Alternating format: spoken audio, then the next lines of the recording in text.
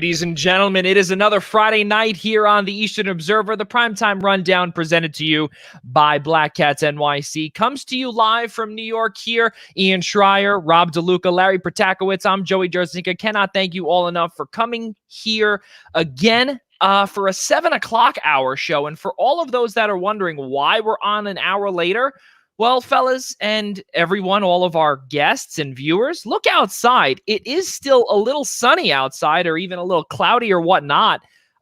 We want to be able to, have you all with us after you come inside from playing. That's what this summer's going to be all about.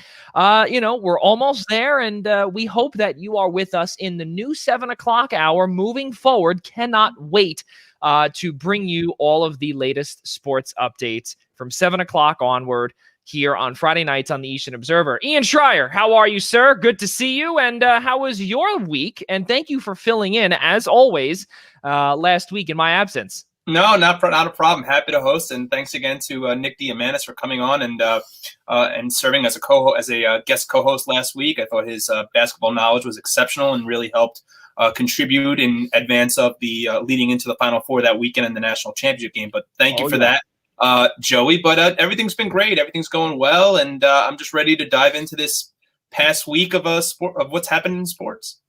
Rob DeLuca, so much to talk about this week. I mean, you even said it when you retweeted the tweet that we had posted, that there are some hashtags there from hockey, but we're not going to get to that right away.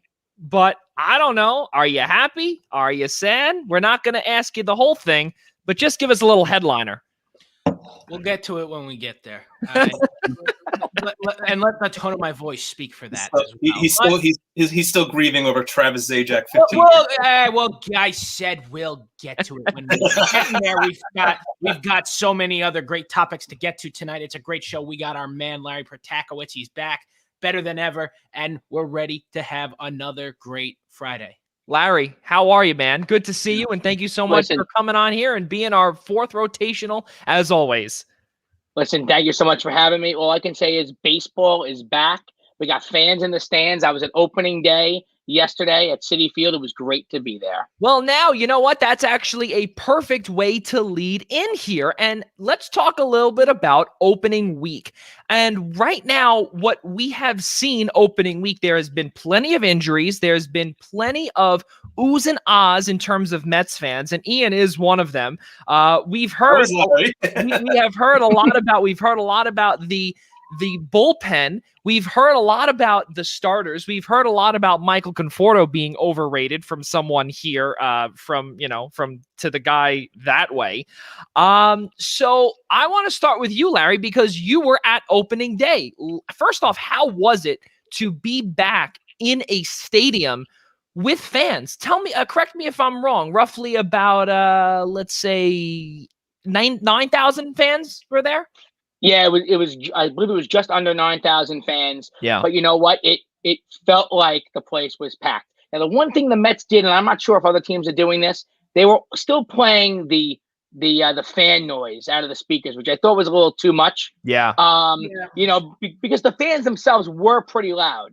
But it felt great. You go online, you show your proof of vaccination or your proof that you had your test, and from that point on, besides wearing a mask, it felt like you were at a regular game.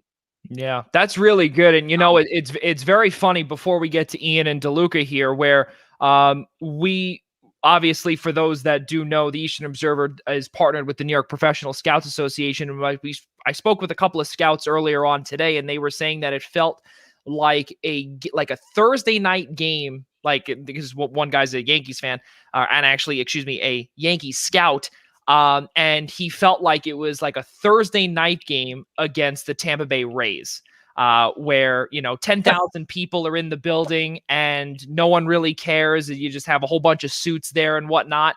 And did it feel like that, Larry, where it was just, a really, like a Thursday afternoon game where not many people are there and, just kids are hanging out? You know what? For Citi Field, it felt like that Thursday, 12 o'clock camp day games that you see in July and August. But for the Marlins, having less than 10,000 fans, they felt right at home. Ian Schraier, let's hear your side of things. Where let's get your reaction to the first week, or actually the first 4 games for the New York Mets, because their opening series against the Washington Nationals was postponed due to COVID-19, and the Nationals messing it all up for the Mets, and really for themselves too. Sure. I mean, I think you could say that part of it, after having that opening series canceled and the fact the Mets didn't play for a week and a half, was a lot of that Phillies series might have been to shake off the rust. I mean, one thing that doesn't appear to change is the fact that Jacob deGrom, even after acquiring Francisco Lindor, still can't get run support. But look, it's one start. It's one start. But no, I have my. I mean, look, we're a week in. I don't want to sit here and throw the kitchen sink at the Mets. I just have my concerns, and these were concerns I threw out there on our opening day show, and I said that this team really needs to start out hitting well. One of those guys has actually been hitting well to start the season. That's Pete Alonso, who was a very slow starter last year in the shortened season. Obviously, you already mentioned Michael Conforto. I mean, he stranded in the last game of the series against Philly when they were down 4-0 early. He stranded, I believe it was a total of 11 runners, or maybe 9 runners on base in that game. And if not getting hit by the pitch, they might. Who knows if they end up winning, or excuse me, if he doesn't end up leaning into the pitch. Who knows if the Mets end up winning yesterday? So there's a lot of concerns there. There's a lot of concerns about the bullpen, because a lot of Met fans felt that Sandy Alderson did not invest enough into improving that bullpen. I think he was still asking for a lot from guys like Dellin Betances, whose velocity was down in spring training, Jeurys Familia, who just overthrows consistently. I mean, the one guy that's looked good has been, and he pitched yesterday, was Edwin Diaz. I mean, Trevor May had the one bad appearance on opening night, but has looked a little bit better. Miguel Castro has actually looked pretty solid. But other than that, I mean, they've got a lot of question marks. I'm happy they're 2-2. I think they have the right pitchers set up now, with DeGrom going Saturday and Stroman going Sunday, to try and pull off a sweep. But this team has to figure out, in terms of hitting, has to be more consistent. How many games are we going to continue to use the excuse they have to get the rust off? They have to get the rust off. You just need to start hitting. That's why you acquired Lindor, to lengthen that lineup. And then on top of that, you need guys in the 7th, 8th, and 9th inning, especially with Seth Lugo out, that are going to shut the door. The thing that I find crazy, Ian, is that you had said that the guy that actually looked decent was Edwin Diaz. I mean, this is a guy that was essentially ran out of town last year, or just because of everything that has gone on. Steve Cohen wanted to give him another chance, and they couldn't really find a good trade partner. I mean, that's pretty good that he's a part of that sentence where, I'm sure you didn't think you'd be saying that he was actually a bright spot in the Mets bullpen to start the season off. Well, look, I mean, let's put him into a situation. I mean, look, he came into a high leverage situation. He came into a tie game and trailing in the top of the 9th, and held down that 2-1 game. And obviously in the bottom of the 9th, McNeil led off with the home run, and everything else ensued after that. But it's nice to say that, but it's one game. Look, I mean, Edwin Diaz, I think last year pitched on opening day, pitched well, and then the next day against the Atlanta Braves gave up that home run that Saturday to Marcell Ozuna, and it all fell apart after that. So I want to be optimistic about Diaz. I want to be optimistic about that bullpen, but right now that bullpen looks, at least 4 games in, it's still early, but looks like one of the worst in baseball. Ooh, well. It was crazy because we actually just heard a couple of hours ago, when the Yankees lost badly to the Tampa Bay Rays, that their pitching numbers and their ERA and their strikeouts per 9 innings is one of the worst in all of baseball, if not the worst, if I'm not mistaken. Rob DeLuca can vouch for me on that one. But it's bad. But sticking to the Mets, though, and sticking to opening week as a whole, Rob DeLuca, what have you noticed throughout really opening week? Any oohs and ahs, or even anything that really might have surprised you, or things that really are not a surprise? With the Mets specifically, or just all of just baseball? Generally baseball. If you want to go to the Mets, then you go right ahead. No, I'm actually going to go in a different direction here. Go back to the AL side, go to the AL West specifically, and let's talk about the underperformance of the Oakland Athletics. Yeah. What on earth is happening out there? I mean, this is a team that was supposed to, I mean, look, it's only been a week, but they're at the bottom of the barrel in just a week. This is a team that was supposed to be staying with the Houston Astros all season long here. Yeah. And right now they are off to a terrible start.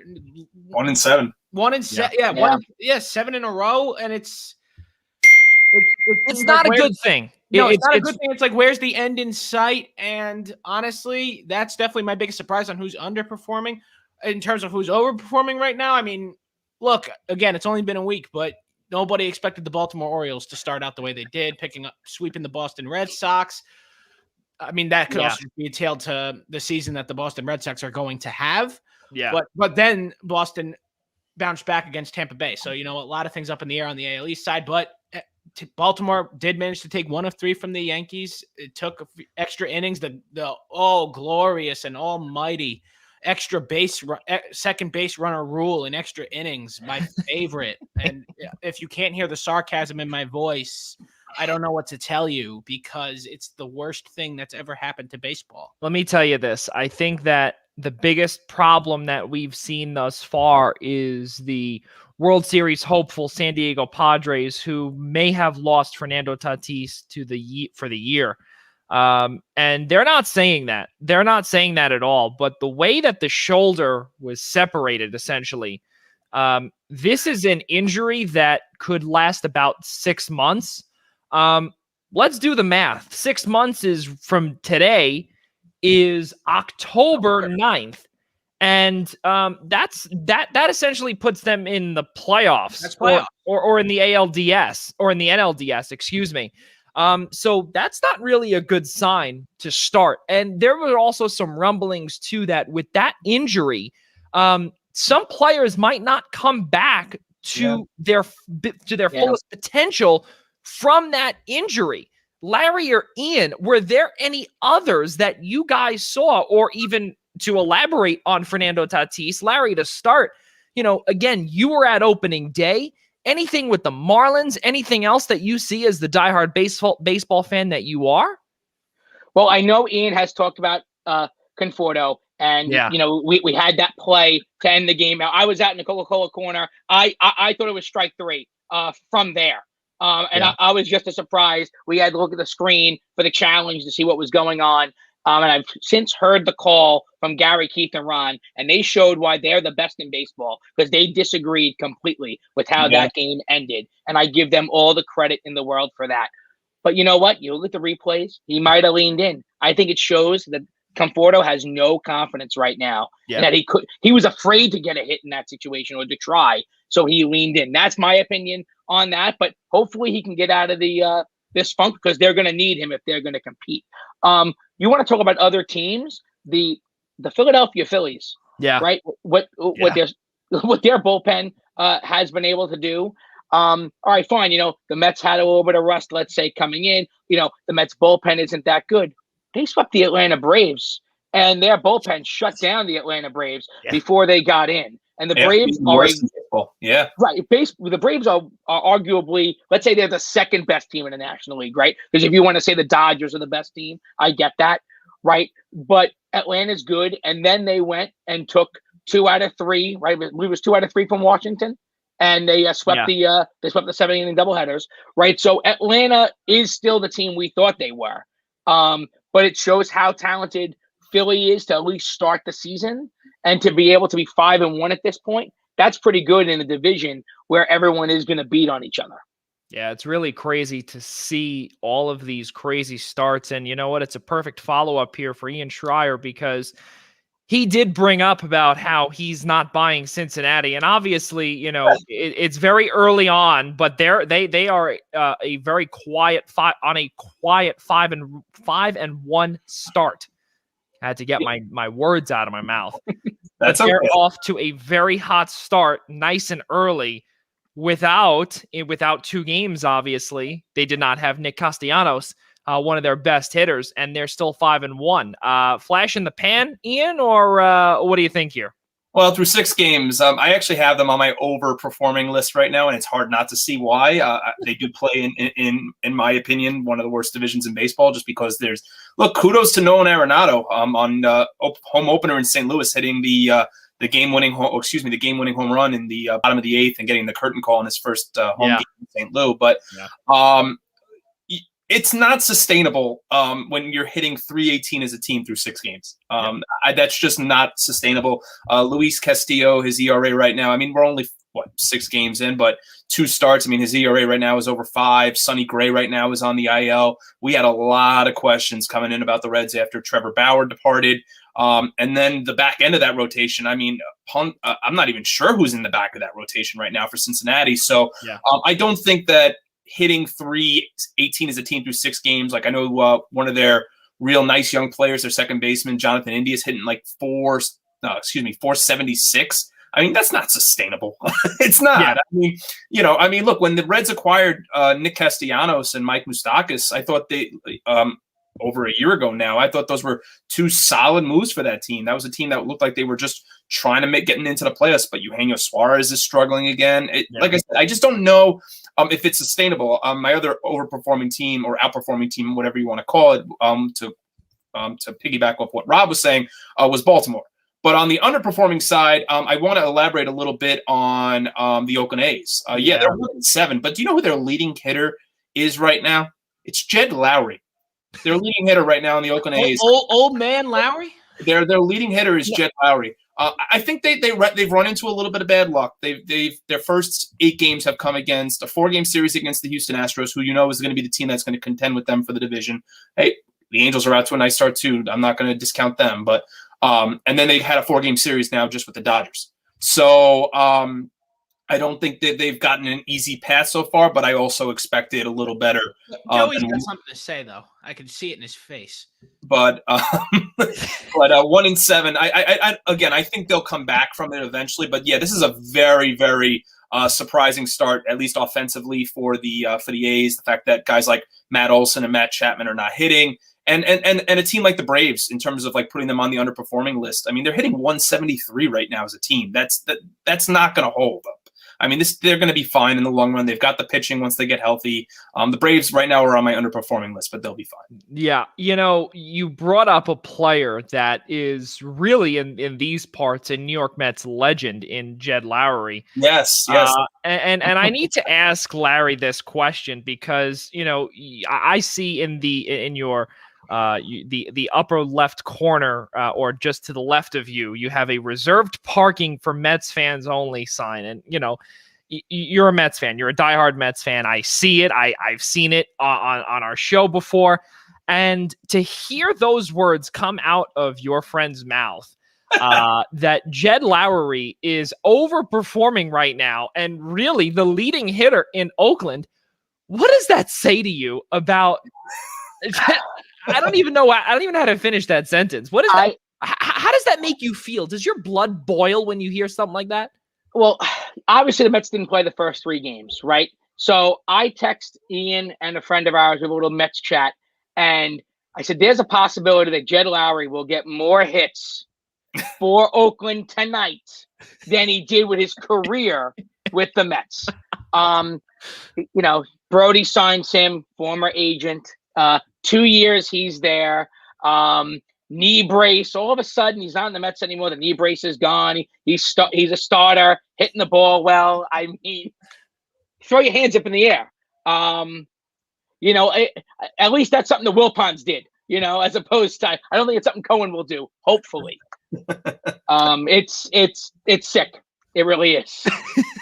So it's wild to really say that because.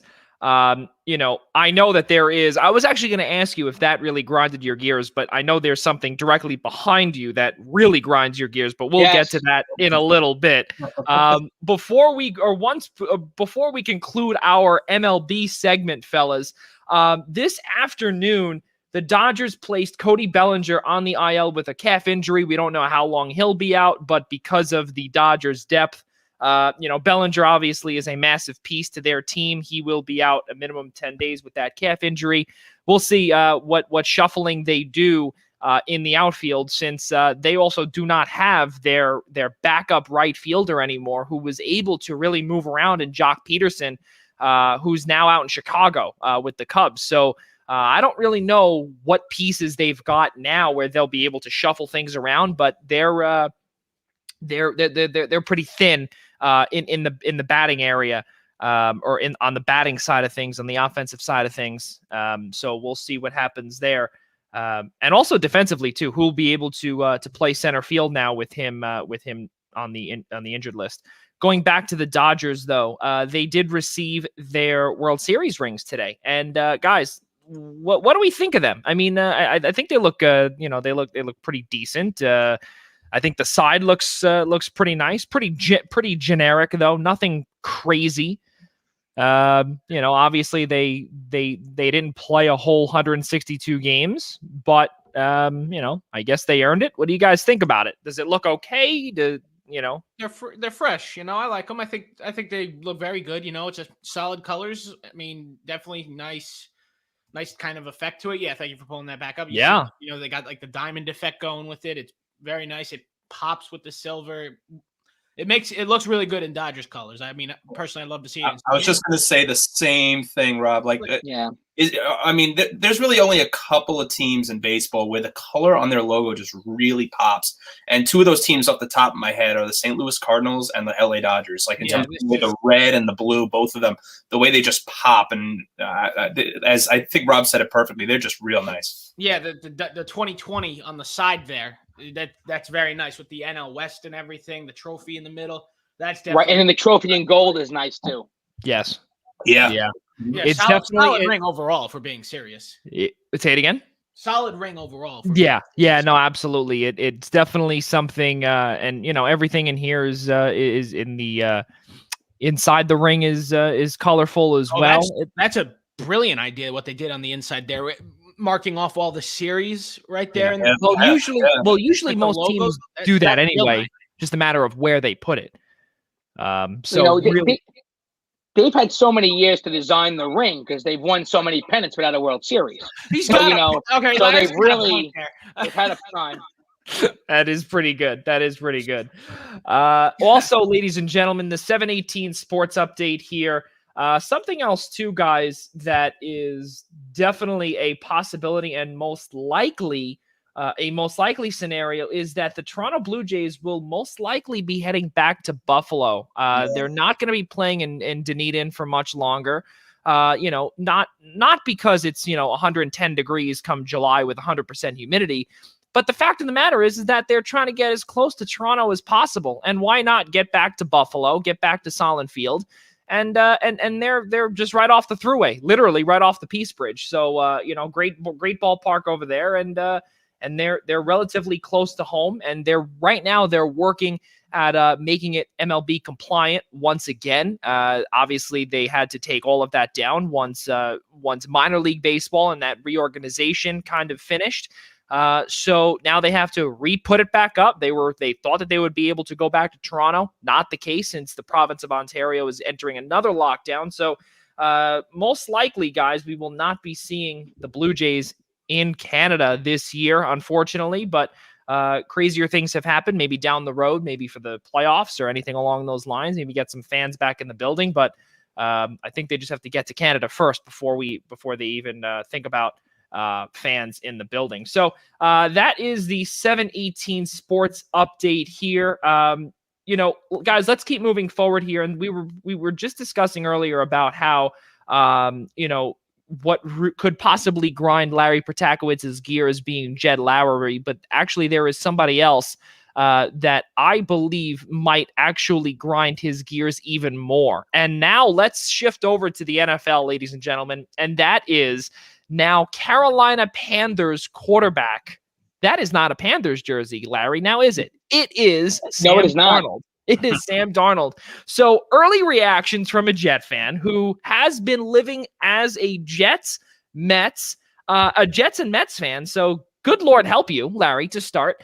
But your early reactions on seeing what Joe Douglas got for Sam Darnold and what this does for your franchise moving forward. Well, first, I want you to know that I did not want to trade Sam Darnold away. I think they had a pile of draft picks. They should have either took Sewell, in my opinion, at 2, build up the offensive line, or you trade back, you compile more picks, and you build around this guy. He has gotten a raw deal. He's gotten the short end of the stick. He's had terrible coaching. He's had no pieces around him to complement him. And he's not been given a chance to actually prove that he could be a franchise quarterback. With that said, I think he's got a good setup for himself in Carolina.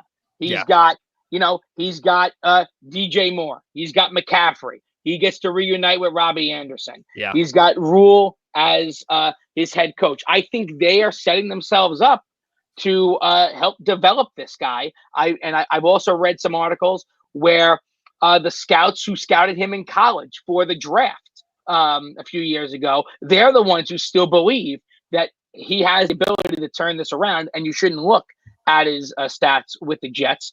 And that's kind of how I've felt. So I get it. Joe Douglas is not tied to Sam Darnold, but Joe Douglas now has about 22 draft picks between the 2021 and 2022 draft.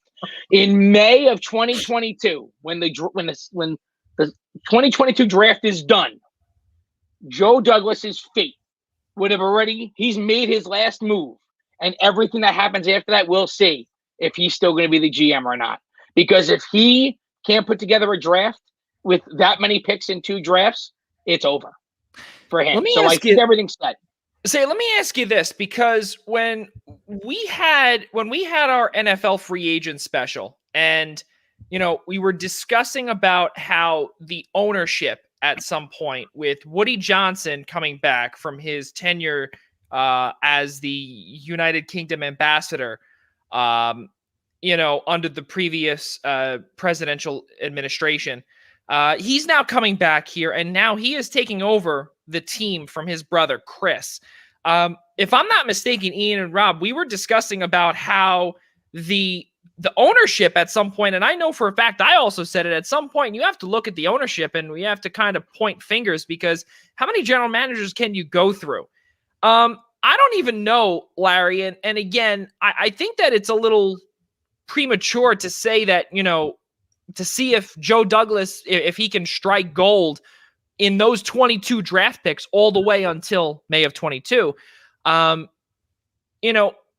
At some point you say to yourself, well, maybe he does strike gold, but maybe at some point, it's not on him if they can't get things going. Maybe it really is the ownership. Maybe it's the ownership's decision in bringing on certain coaches, or, who are the ones signing these paychecks?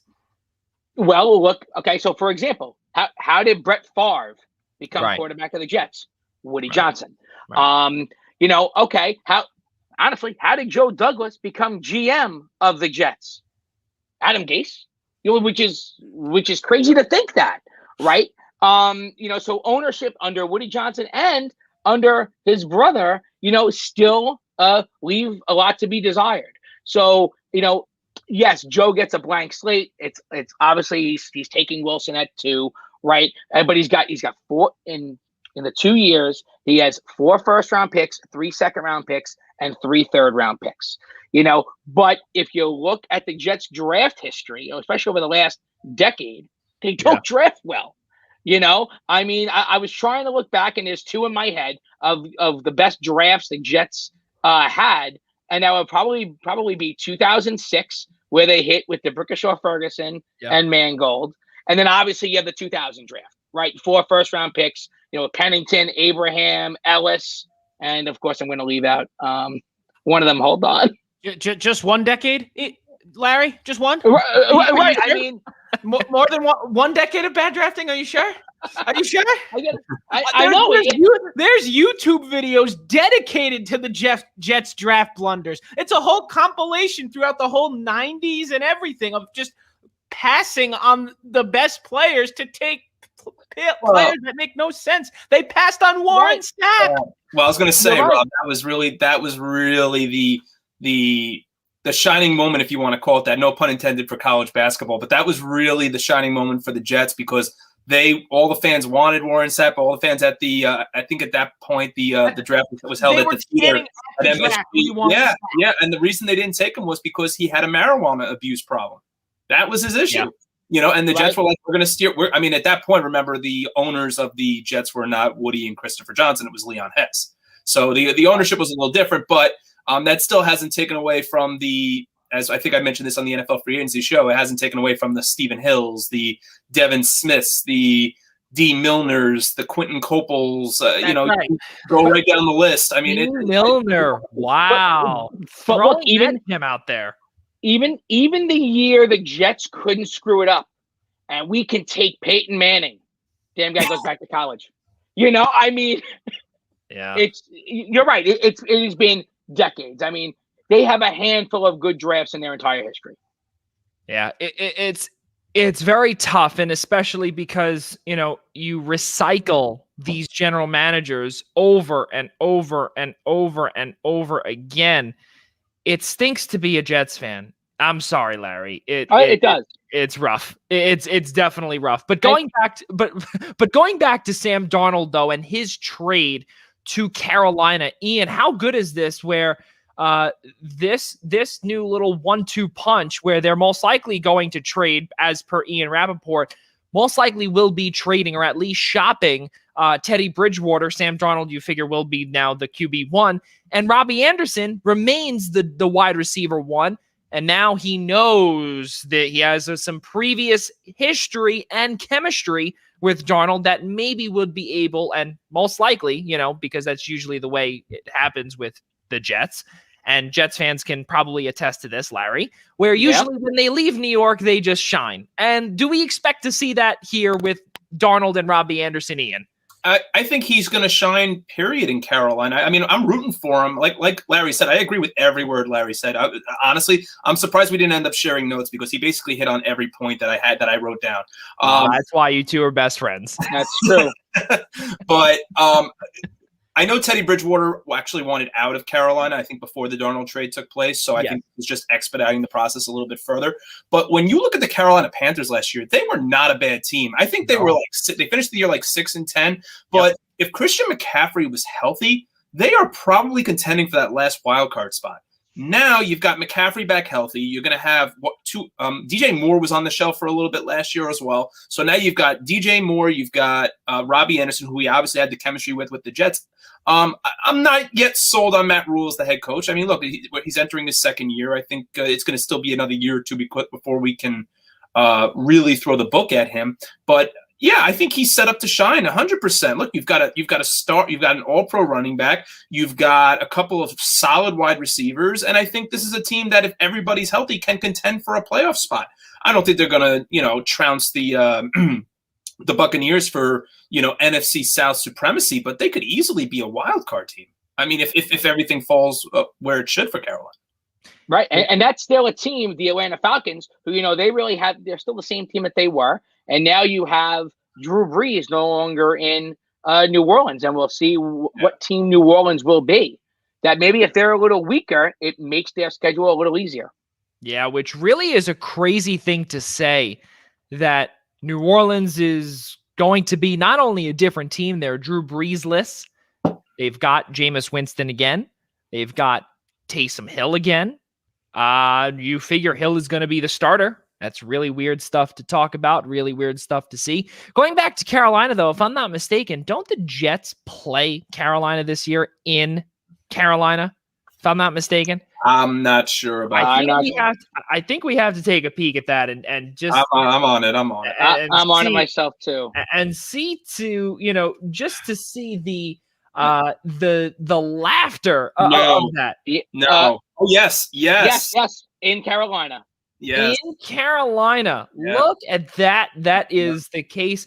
And they play the Patriots and the Jets out of the AFC East at home. Well, I mean, that's really unbelievable stuff. And you know what? Again, I mean, what a way again for this to happen, where you see a quarterback like this, like Sam Darnold, like Robbie Anderson, these guys that have been shipped away and basically driven away. Robbie Anderson, we remember last year, Larry, when and even Ian and DeLuca, when the Jets were he was one of the most coveted wide receivers in the game. And so many people were trying to get him. No one thought that he would ever go to Carolina. And why not, when you have so much cap room to spend the money. And you'd figure the Jets were going to be able to do that, but they didn't do that, and they let the man walk. Now they trade Darnold away, and I don't know how that competition might be. Whenever it is, we'll find out sometime probably in the next few weeks or even next month when the 2021 campaign comes out following the draft. That game's got Thursday Night Football written all over it. Oh, yeah. Oh, yeah. That game's On got Amazon Prime. That is the case. We speak about the draft, though, fellas, because that is in a couple of weeks. Really crazy stuff to see that it's already April 9th. It's actually 20 days away. So from yesterday, it was exactly 3 weeks away. So 2 weeks and 13 days, if you will.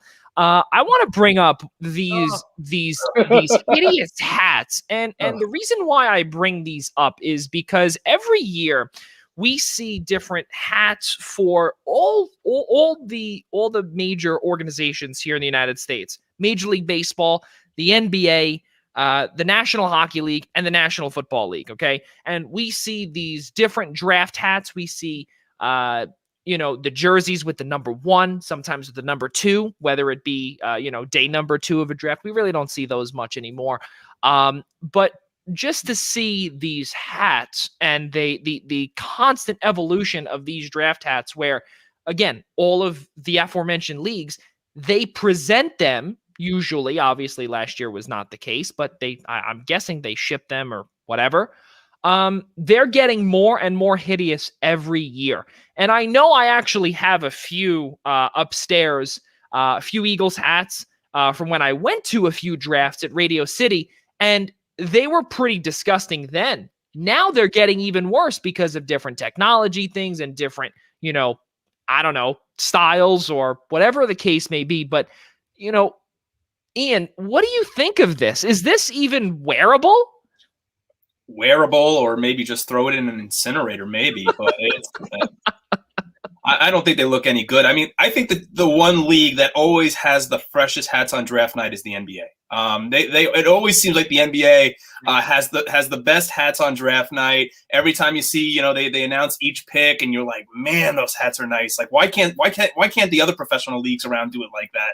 Yeah. But I actually have a Giants draft hat, I think, from like the early 2000s that was like half red, half blue, and it said New York Giants all in lowercase text. Like, they've gotten worse over the years. They really haven't gotten much better. Even though I do love when the Jets, I mean, this isn't so much draft related, but when the Jets rebranded and got rid of the jersey behind Larry and trying to pay homage to the 69 Jets and the jerseys that they wore, but rather bring back the jerseys from the 80s, which I love. I love the fact that it's that Right. Tommy green colors, and I love the Jets new branding style. But from a draft hat perspective, no, I don't really have too much to add on it because I don't think they're all that great. There's not a whole lot to say there. They're ugly. They're snapbacks. They look like they're meant to be worn backwards. There are certain hats that are meant to be worn backwards. Those look like them. And what the hell is the point of that when you've got the team logo on the front? So like, Yeah. it's not good. It's very bad. They're very ugly. And you know what? There's not much more to say about it. Yeah. Yeah. I mean, listen, you see them for the few days of the draft, and that's it. And I guess that's why. I guess this is, the bad designer in the group saying, hey, yeah, you can put something together. We'll use it. And how come Jacksonville can't even get the teal on the brim of their hat? They're stuck with black. It doesn't even make sense.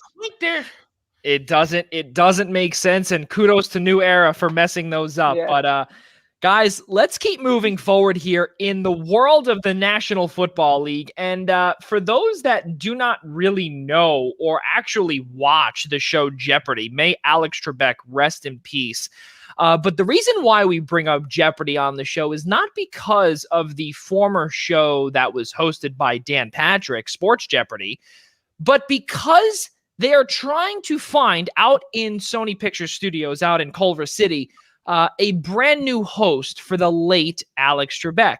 So this past week, it was the quarterback in Aaron Rodgers, Green Bay Packers quarterback Aaron Rodgers was a guest host for a week. And there was some little, laughter and kind of a speechless moment in Final Jeopardy where the question was the following. Accepting a Lifetime Achievement Emmy, he said, just take 10 seconds to think of the people who have helped you become who you are. So Aaron Rodgers asked this question to the 3 contestants on the show. And one contestant had a fantastic answer, and it seemed to be a little bit of a dig on Aaron Rodgers, and it made waves across all the sports platforms and even news platforms. Take a look. Over to our 2-day champion on the end. Scott, did you come up with the correct response? Who wanted to kick that field goal?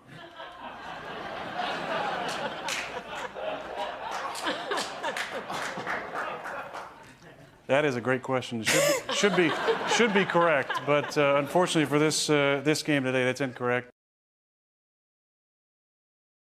So with that being said, now obviously we know what that was all about when everyone's talking about Matt LaFleur and speaking about the field goal kick that should have been a field goal kick.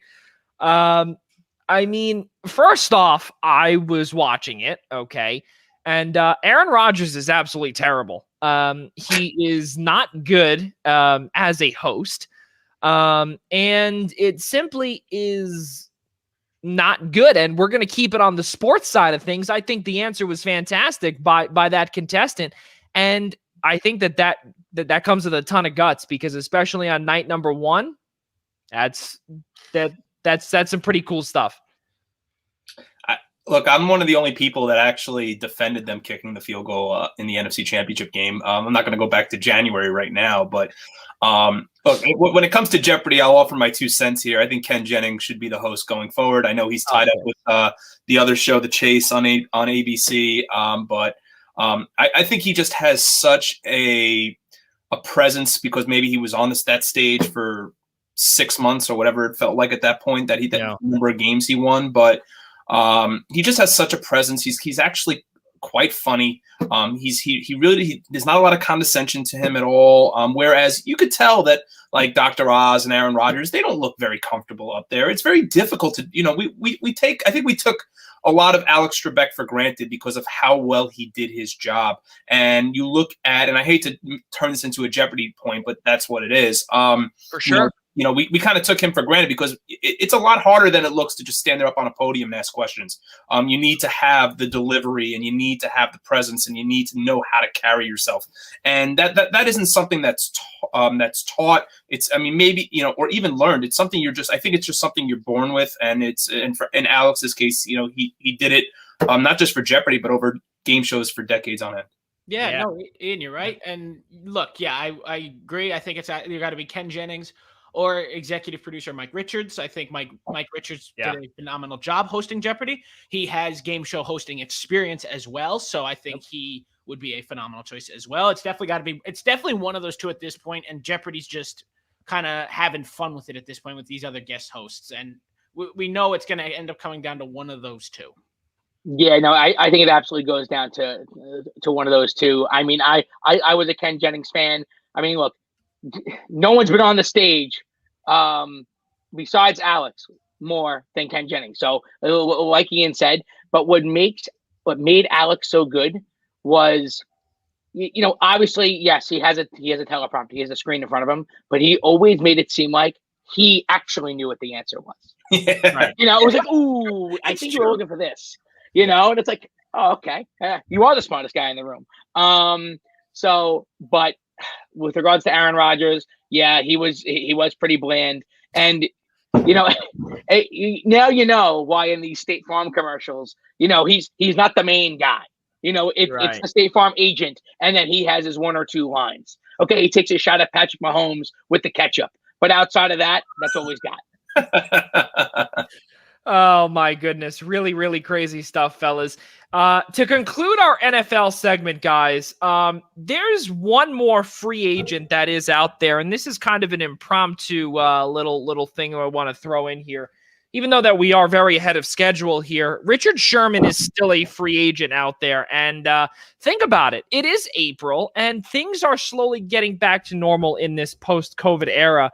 Normally, guys, Ian, Larry, and Rob, tell me if I'm wrong or not, but usually, voluntary OTAs are usually about, right after the draft.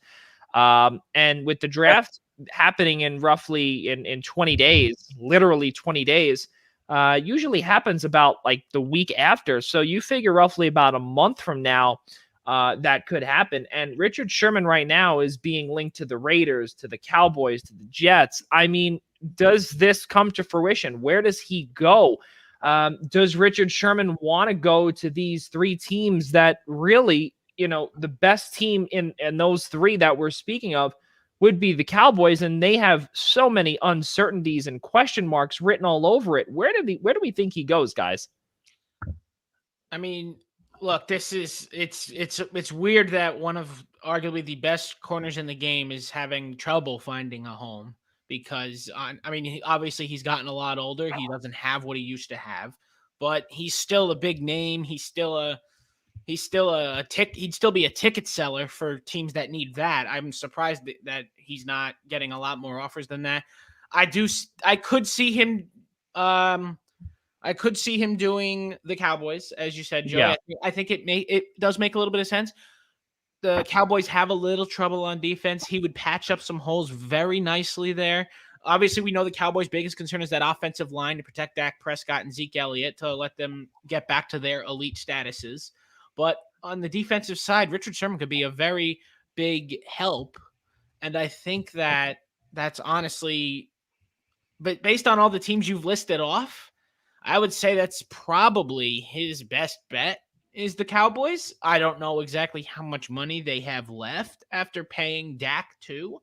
Right. So it'll be interesting to see where Richard Sherman is able to give a little leg room on a contract, but that's the biggest thing. That's the biggest thing. How much legroom does he want to give? Exactly. Because he's always one that wants the big payday. He's always been vocal. He's already got the ring, so so he doesn't need to go chasing. So Larry? It's all about that bag now. Yeah, I mean, hey, listen, the Jeff enemy says, "Oh, well, hey, he can reunite, with Soleil, and okay, perfect." But Dallas does make sense, but do you want to go in? You want to go play for under the microscope in Dallas, where everything just gets dissected? You got to deal with Jerry Jones. I've also been reading that like the Oakland Raiders may be a team that's interested. And Oakland is a team that has some good pieces. They have a good head coach that's big on defense, and Sherman might be he might help bolster the defense there. But I get it. Listen, Dallas, I could see Dallas wanting Sherman. I could see Sherman wanting Dallas just because of how, big the Cowboys are. But, I'm a fan of Oakland going for him. Yeah. And you know what, just to confirm actually, or just to correct you there, the Las Vegas Raiders, because it's okay. That is completely okay. Yep. You know what? Because correct me if I'm wrong, everybody. I believe I said Oakland Raiders as well. I think we've all done that. I didn't hear it actually, but I think. Well, I think I've been there. I think Joey's been there. We've essentially all been there. There are still times when I call the Los Angeles Chargers the San Diego Chargers. I mean, now listen, if you're calling the St. Louis Rams still St. Louis, then we've got a little bit of a problem. But be that as it may, the Houston Oilers could get him too. That is right. Got a point there, Yeah. That is very true. Should we start bringing back NFL Europe teams too?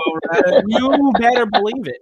That's right. There you go. Ian Schraier, your thoughts on where Sherman could possibly go? I think Sherman is perfect for the Jerry Jones environment. When you just think about his personality, and I think he would fit in perfectly with that crowd there, with Zeke and just that, like I said, just that environment. But I think Richard Sherman has put himself into a little bit of a tight spot because now we've hit draft time, and I don't think. Even though I forgot who it was that signed, there was a cornerback that signed recently. One of the remaining available cornerbacks in the free agent market signed recently, and I can't remember which one. But teams now are going to draft. And if they feel that they're addressing cornerback and don't want to go out there and pay big money for Richard Sherman's now going to have to drop his price tag. So, I'm shocked that Richard Sherman's not a Jet. It made too much sense with Robert Saleh. He was successful in San Francisco. I said on the NFL free agency show that why have they not gone and gotten him yet? I still don't know. But I think that Dallas would be a perfect environment for him, just because of Jerry Jones and being in the spotlight, having the 4:25 p.m. game like he did with Seattle on Fox every single Sunday, and he just loves that attention. And right now, Dallas is a team that is severely lacking in their secondary, and they need a CB1 to go up against an opposing wide receiver one like a Kenny Galladay, a Terry McLaurin, in the NFC East. And that's just naming, a couple of the wide receiver ones, at least in the division, not so much around the rest of the NFL. So I think for Richard Sherman, that would make the most sense. But I think he's done a lot at this point now to really hurt himself in terms of maybe getting that big payday. I think the cornerback that you were speaking of was Quentin Dunbar, who went from the Seattle Seahawks to the Detroit Lions just a couple of days ago on Tuesday. He signed a 1-year deal with Detroit. They're trying to bolster that back end because clearly Desmond Trufant was not the answer following the Darius Slay trade. So I don't know. We'll see. Maybe the Detroit Lions could be the only team in NFL history to go 0-16 and 0-17. Who knows? We'll see what happens there. That definitely. I totally forgot about that. Yeah, that's true. Think about it. Whoever was 0-16 can now possibly go 0-17, and they would be the only team, and most likely be the only team ever to do that. And probably you'd figure would probably stay that way for as long as we're on this earth. But who knows? Crazier things have happened, ladies and gentlemen. Guys, let's keep on moving here with the NCAA. I don't know. Final four, Jalen Suggs, Gonzaga. Then Baylor comes in and absolutely dominates Gonzaga. They come off on a 29-8 run in the first half. I think it was before the U12 media timeout. It was beyond brutal. Gonzaga was too high off of their Jalen Suggs emotional victory and a spot on the One Shining Moment video, obviously. But Ian, I got to start with you here. The team of destiny came back and absolutely bit you right in the face.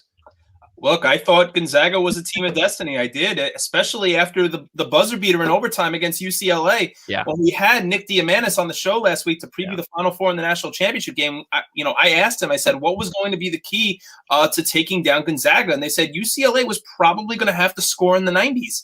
They scored in the 90s and still lost. So, look, credit to Mick Cronin and that UCLA Bruins men's basketball team. I know Mick just got a huge extension to stay at UCLA, well-deserved. I mean, he built up such a resume of having successful programs at the University of Cincinnati, before they joined the American when they were still a member of the Big East.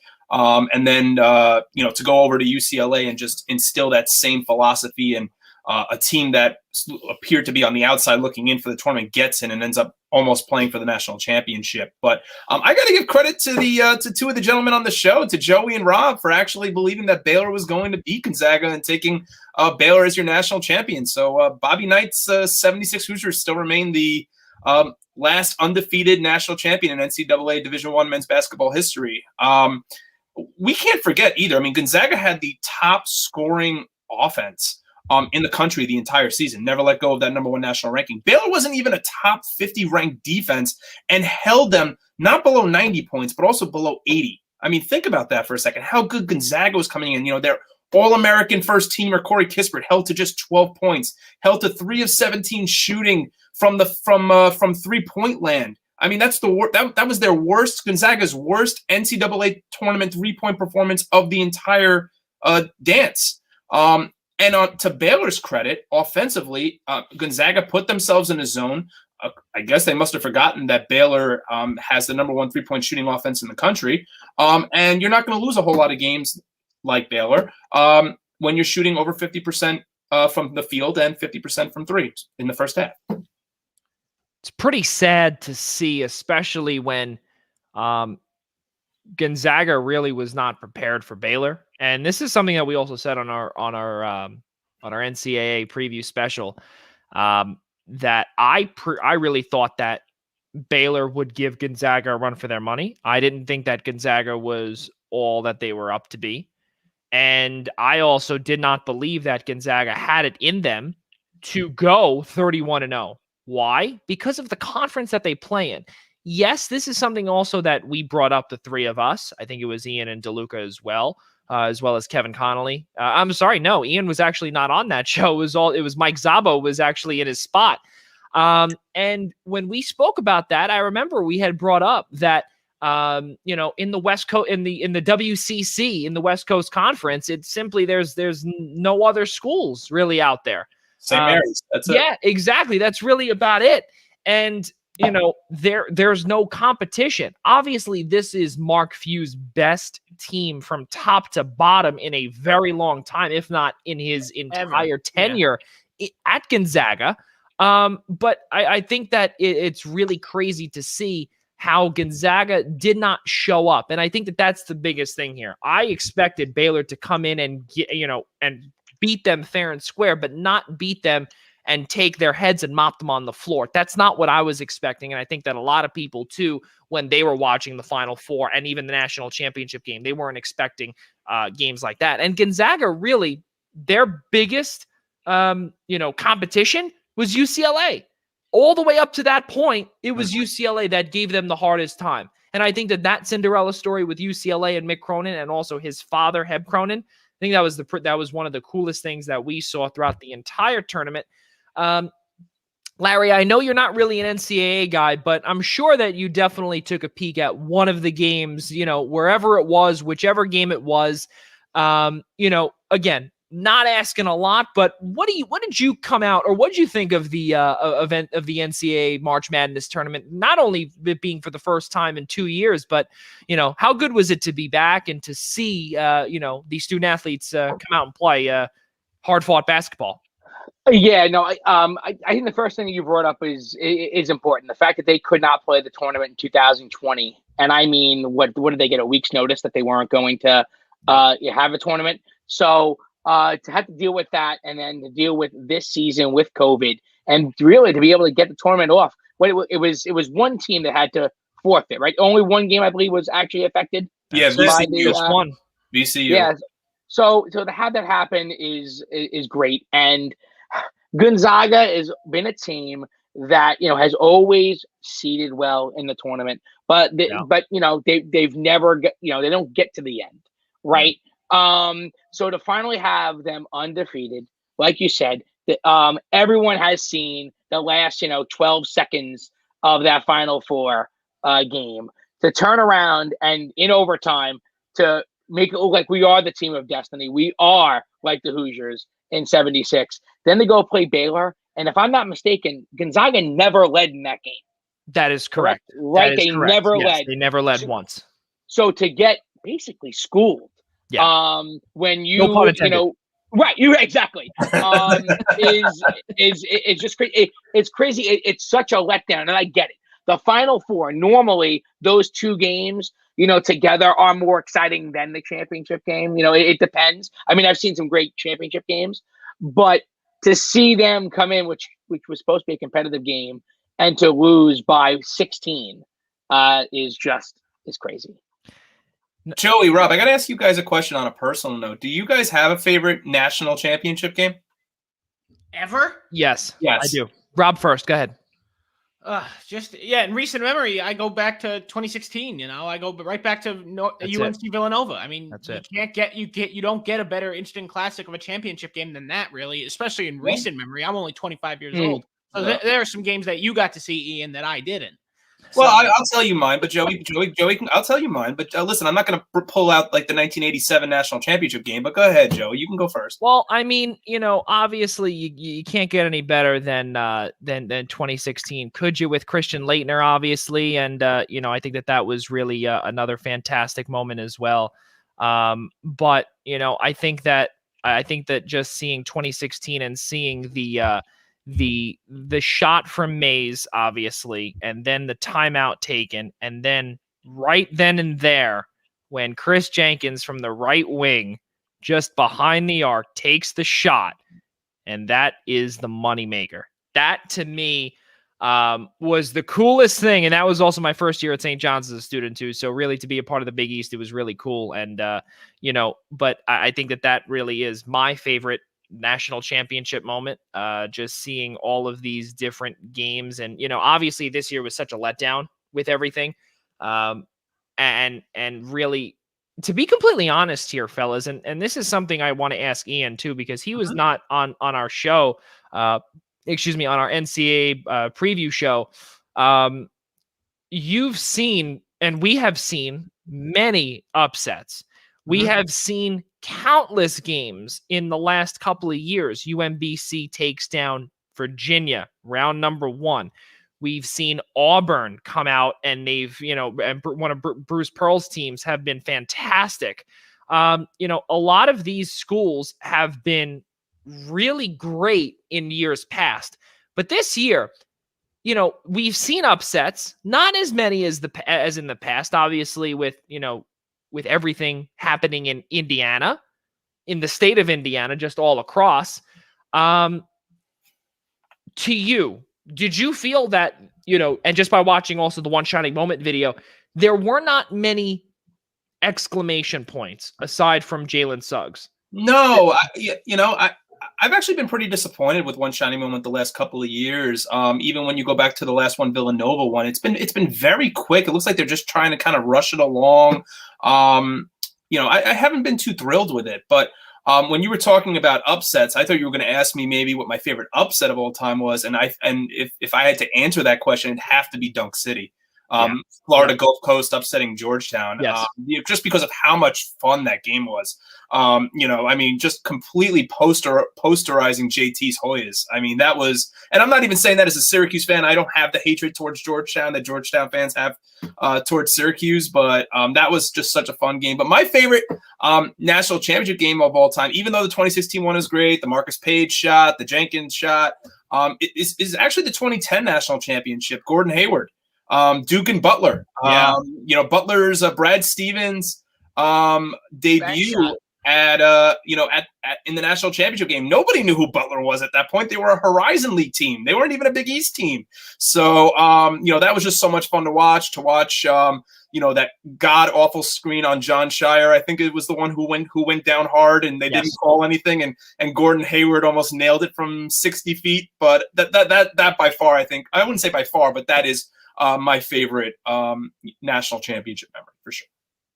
Rob DeLuca, your thought on Larry? I think Larry's trying to say something. We got Larry. We can't. Larry, how dare we? Larry's voice is not coming through. We can't hear you.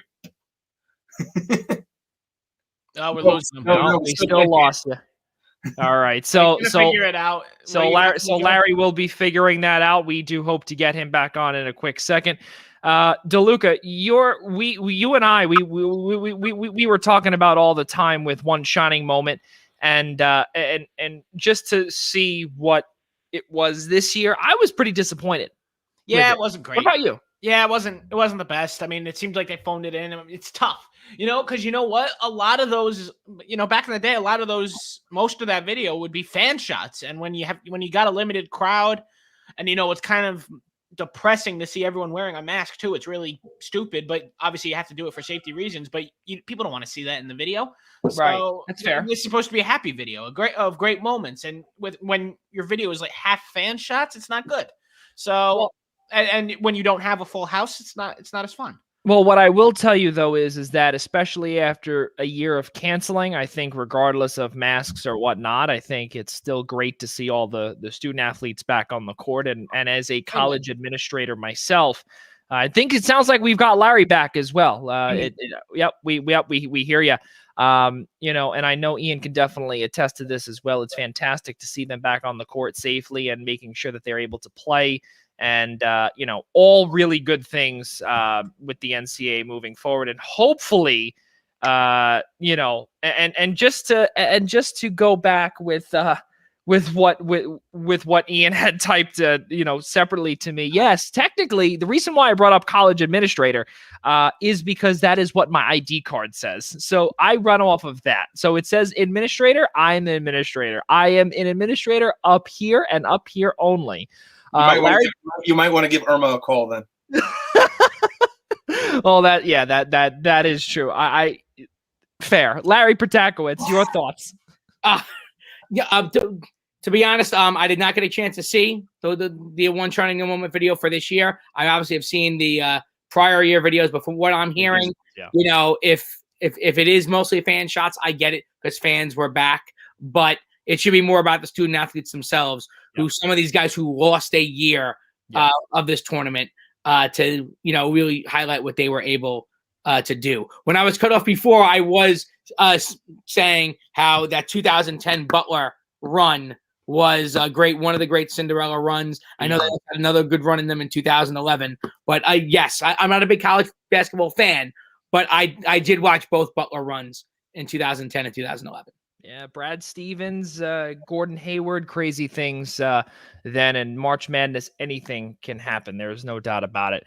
Well, ladies and gentlemen, we are just a little bit a little past our halfway mark here, 8:06 Eastern time on the East Coast.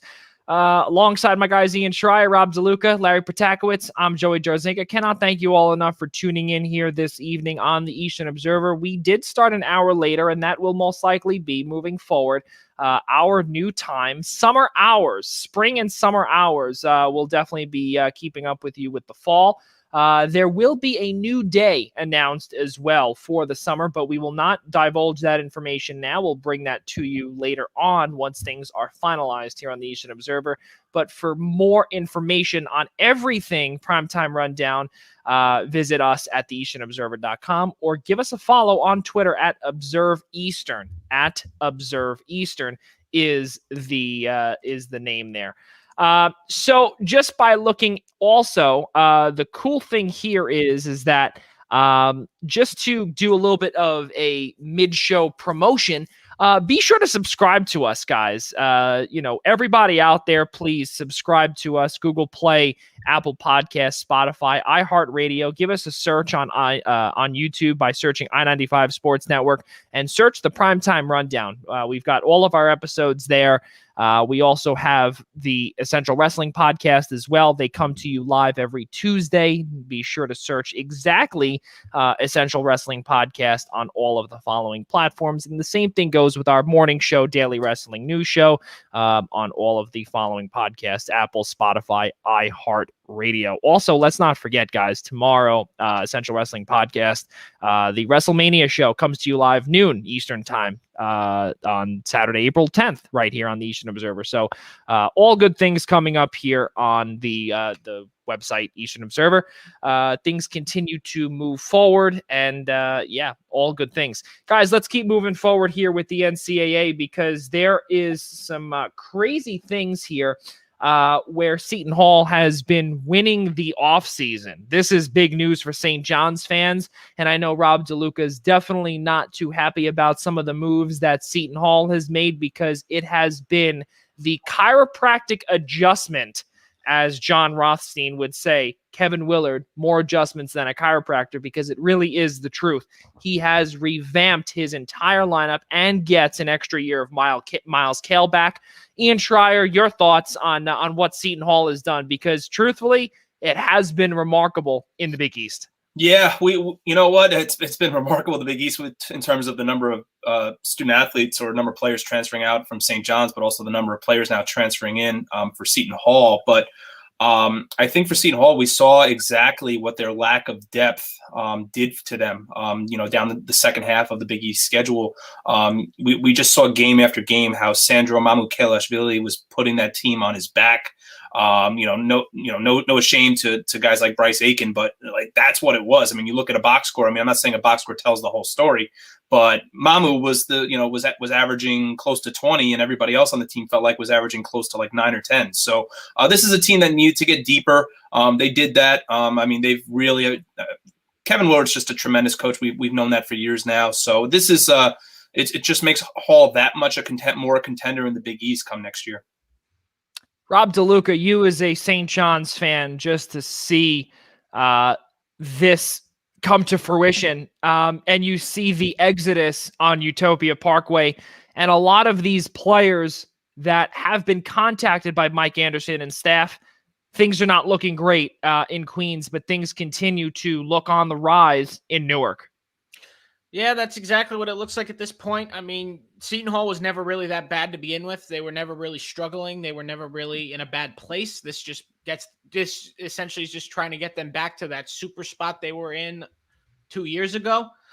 And I think that that's pretty much where they want to get back to. They enjoyed those Miles Powell years. They really enjoyed that. Obviously, who wouldn't? When you're that good, you're making the tournament every year. It's a fun time, so that they're trying to get back to the tournament again, and they're trying to stay there. So for St. John's, on the other hand, this is tough, losing 7 transfers already, getting a couple back, but there's still a lot of work to be done. There was a lot of hope that this team would be able to dance next year after just slightly missing the dance this year. They were close. Had they won another Big East game or won the turn, obviously you win the tournament, you go. But Georgetown, red hot, couldn't be stopped nonetheless. Right now, this doesn't look like a year for St. John's to be dancing. They're not. I likely don't have them going to the tournament. They are likely going to drop a few spots. They are not going to be top 4 again. Top 4. They got top 4 this year because of Posh Alexander, Rookie of the Year, rightly so. Julian Champagny, Big East Player of the Year in my book. Not sure how he wasn't even considered, considering the Big East decided to have 3, not 1, but 3 winners, which that's a conversation for another time. But and Coach Mike Anderson being Coach of the Year, he coached that team. But the problem that Mike Anderson has now lost a lot of these weapons. You're not going to be able to do this with Champagny and Alexander alone. It's not feasible. And I agree with Rob. And with all the big men gone, Vince Cole's gone, Isaiah Moore is gone. Those were your 2 biggest players. This team is back to being very, very small again, which you can't compete with that in the Big East. You need big men. So what St. John's needs to do is go out and get one. Like, I want to jump on, if I can for a second here, Joey, I would love to jump on Rob St. John's point, because when you look at the way the Big East was this year, and the players that St. John's had on the court, and now most of them are gone, with the exception at this point of Posh and Julian, and who knows what's going to happen with Julian testing the NBA waters, if he decides to try to get drafted or go to the G League, or dare we even say try to play international ball. You look at now who's around the Big East. Obviously, Nova's going to be a threat. Hall's gotten deeper and better. Marquette now has Shaka, so Shaka's going to bring in his guys, and Marquette is not going to have the same bad year that they had this year. Georgetown is going to has one of the better recruiting classes coming in next year. UConn has a studded recruiting class coming in next year. So it's scary after the year that St. John's had to think not only could they potentially be bottom half of the Big East, but even more so to think that they could be a bottom 4 team in the Big East just because of the numbers that they've lost, even though Posh and Julian are just such benchmark players. But when you look at the rest of the conference right now, it's so top-heavy that I'm not sure St. John's can really contend. I want to bring this up here with Larry, because I'm not going to ask a Big East question, Larry. I want to ask you a legitimate NCAA question that really can relate to anything, professional sports and even sports as a whole. The last question, I know that you do have to run, but with the NCAA now having a transfer rule that is essentially as if that you are an unrestricted free agent, and we're now seeing a mass exodus of players in the transfer portal, roughly about 1,300 kids. That's a lot of student athletes in the portal that now never have to sit out ever again. I don't think that is personally great. What are your thoughts on that, to see this whole exodus out of every single school in the country? Yeah, I am not a fan of it at all. And Ian and I have always had discussions as to whether should student athletes be able to be compensated for playing? Should they be able to make money? For their rights, their signatures, and things like that. But I also understand that it's about getting an education. Yes, they are most of them are getting a free education to be able to play. And most of these guys don't become professional athletes, right? Most of these guys don't go to the NBA, they don't go to the NFL, and if they do, most of them don't get far, right? So, but the turnaround and now turn this into what you said, right? Which is basically like a free agent market where every year now you're going to have these students jump from school to school. I like the NCAA the way it is, where you go to your school, right? You stay there for however many years you're going to be there, right? Listen, if you're really good and you're going to go into the NBA, okay, fine. But stay there and be part of something, as opposed to no, I'm going to play for this team for a year and I'm going to go jump and I'm going to go to all these powerhouse teams. So I'm really not a fan of it at all. Because not only does it hurt the actual fans of these schools, like let's say like Rob was talking about St. John's. I'm not a college basketball fan, but I did go to St. John's. Right. Mm-hmm. So yeah, I was there during the Marcus Hattney era, but at least I had, an allegiance to my school. But if now everyone can just jump ship, they can just get in somewhere to get in and then move and all of a sudden go to powerhouse teams. So, I think it's going to do the complete opposite of leveling the playing field. Right. And it's similar to like the NBA where everything is, we're going to build these super teams now, and that could potentially now happen in the NCAA as well. And that really, in my opinion, defeats the purpose there of trying to build something in college basketball. And that's what makes college basketball so great too. But everything happens for a reason. And I think that the crazy part is that, we'll see possibly some guys head to a Seton Hall, or maybe not go to a Gonzaga, or maybe not go to a Baylor. But this is other news as well from our friend Jaden Daly. We'll close off the topic with this. Our good friend Jaden Daly reported that that Siena transfer Jalen Pickett has been coveted by Baylor. The Baylor Bears are looking at Siena, one of the Siena Siena guards that has been a MAC Player of the Year, if I'm not mistaken, or has gotten all conference accolades. He is being coveted by the national champions, Baylor. So we'll see what happens and where that goes and where that leads to moving forward. Larry Protakowicz, ladies and gentlemen. Larry, thank you so much for coming on here with us tonight. We hope you have a great night, and we hope to see you soon as always, and to be our rotational fourth as always. Really a fun time. Perfect. Thank you so much. And listen, I know I didn't get to my kudos at the end, but tomorrow morning, 9:30, Massapequa Coast Little League. My 4-year-old's taking the field for T-ball. Hey. He's got the orange jersey. We're dressed like Tennessee for our team. So I'm hoping we make it 2 innings before he gives up. But there we go. It's T-ball is the first time. So I got a new glove because my old one's all beat up. So we're going to have fun.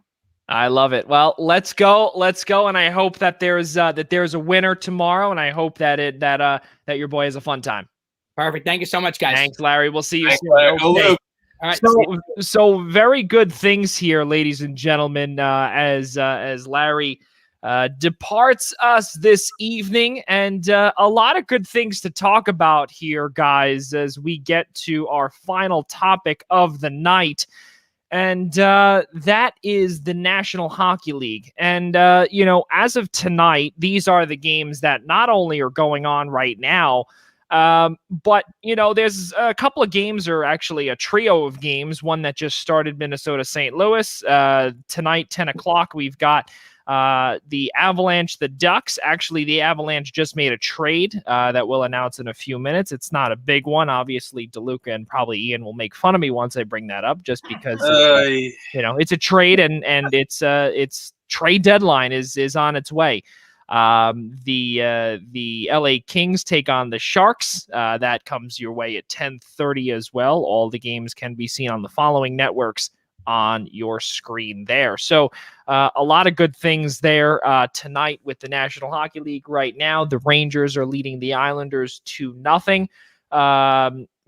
So wild stuff. I think that this kind of brings us to the two trades that have just happened this afternoon. The Toronto Maple Leafs acquire Riley Nash for a conditional 7th-round pick that can be turned into a 6th-rounder if Riley Nash plays 25% of the playoff games for Toronto. We do not know how the playoffs are going to be, how they're going to be divided with the border issue, with the border being closed, and who they would be playing against unless they all come down here to the States and call the States home for a little while. But we'll see what happens there. Also, the Colorado Avalanche have acquired Patrick Nemeth, defenseman from Detroit. That one is for nothing really crazy. I think it's just for a 2022 4th-round pick. And Detroit retains 50% of Nemeth's $3.3 million AAV salary. So nothing really crazy there, fellas. Let's keep moving forward here. And Kyle Palmieri, Travis Ajax, the New York Islanders. Obviously, we're seeing a 2-0 lead right now for the Rangers, the opponents. Rob DeLuca, as a Rangers fan, as a Devils fan, my goodness, we're getting late there. As a diehard Devils fan, wow, my goodness, as a diehard Devils fan, to see Travis Ajax in a different uniform and to see Kyle Palmieri with not a lot of hair on his face, what do you think of this? Kyle Palmieri without the beard is weird. That's just it's a weird look. He didn't look like Kyle Palmieri because he's always had it. That clean shave doesn't work for him. But nonetheless, I wish him the best. I think he's going to do great things on the Islanders. He's going to, if the Islanders even extend him, who knows? He's going to score some goals for you, some timely goals. He's going to be a big asset in the playoffs. Travis Ajax definitely hurts a little more now. So What happens here is that this is a career-long Devil. This is someone who, once again, doesn't get to finish his career in New Jersey because of how bad this team is and how this team doesn't understand to rebuild, because this is now going on. Next year, it will be the 10th year of this alleged rebuild, and it feels like at this point it might just be getting started. But honestly, to Travis Ajax, he's a career Devil. He's always going to be a Devil, and he's going to be missed by everyone. He was a lovable guy in the locker room. The Islanders my grinds are definitely not even, my gears are definitely not even grinded here. But you sure about that? I'm very sure about that. Listen to the tone of my voice. There's no anger here. There is no anger. There is no hostility. It's mainly just pain and sadness more than anything. So honestly, he's a very effective face-off man. Dipped a little bit, but that's what happens when you age. He's dipped a little bit in his performance, but he'll be a good bottom 6 player for the Islanders. He'll definitely make some key clutch plays when you need him. He, as I have seen over the years, many years, almost 15 years now, and it's unfortunate that his time in New Jersey has come to an end. Him, Andy Green, finally reunited. Those guys, both of them should have been career Devils, are not, because Lou Lamoriello gets his guys back. That's how Lou Lamoriello operates. He's one of the best in the sport. He lost the Andy Green trade last year. He won this one. He got his 2 guys that he wanted for a 1st-round pick and a 4th-round pick. Well, the 4th-round pick is conditional, and that if the Islanders make the Stanley Cup final this year, it becomes a 3rd-round pick. That's not going to happen. So it's a 4th-round pick. So it's a 1st and a 4th-round pick with the 2 prospects that the Islanders gave the Devils. Not that good. They're not really prospects. They're former prospects. They're AHL guys that are probably never going to make it up here to the NHL. I would have preferred not a 1st. I would have preferred a lesser draft pick and better prospects. But unfortunately, this is the hand we were dealt. So the Devils are not done yet by any stretch of the word. This is not the only deal they are going to be making. There's probably plenty more to come. You look at guys like Ryan Murray. You look at Sammy Vatanen. Oh my goodness. Oh, thanks, Dad. So it looks as if that Rob DeLuca Sr., I guess Rob D, is more in control regarding the Devils trades tonight versus last night. Well, Yeah, listen. when you sleep on it, you feel better. When you sleep on it, you feel better about it. But nonetheless, they're not done yet. Ryan Murray, Sami Vatanen, possibly Dmitry Kulikov, Aaron Dell, even, who managed to come out of the doghouse for the first time in like a month. So they're not done yet. This is a big selling time for the Devils. They're going to be receiving a lot of phone calls from a lot of playoff contenders who are going to want these guys because they can provide that veteranship that most teams need in the playoffs, that final push that they need in their depths. So the Devils, I'm not even going to be surprised if Lou Lamoriello I doubt Lou Lamoriello gives another call to the Devils, but there's a lot out there. Boston, St. Louis, there's plenty of teams out there that will be calling Tom Fitzgerald looking for something.